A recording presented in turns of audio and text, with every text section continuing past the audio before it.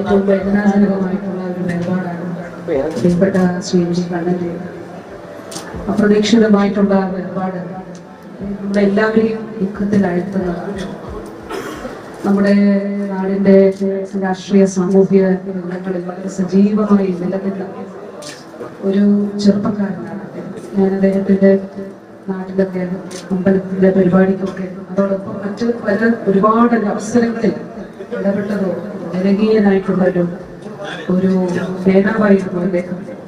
തീർച്ചയായിട്ടും വലിയ വലിയ വിഷമകരമാണ്, സങ്കടകരമാണ്. അദ്ദേഹത്തിന്റെ ഓർമ്മകൾക്ക് മുന്നിൽ ആദരാഞ്ജലികൾ അർപ്പിക്കുന്നു.